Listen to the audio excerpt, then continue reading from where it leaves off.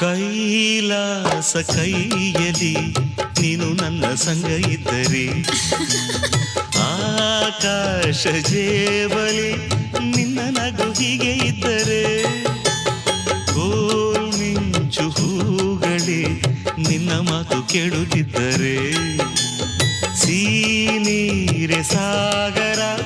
ನಿನ್ನ ಭಾವ ಹೀಗೆ ಇದ್ದರೆ, ಓಡದೆ ನೀನು ಜಿಂಕೆಯಾದೆ, ಹಾರದೆ ನಾನು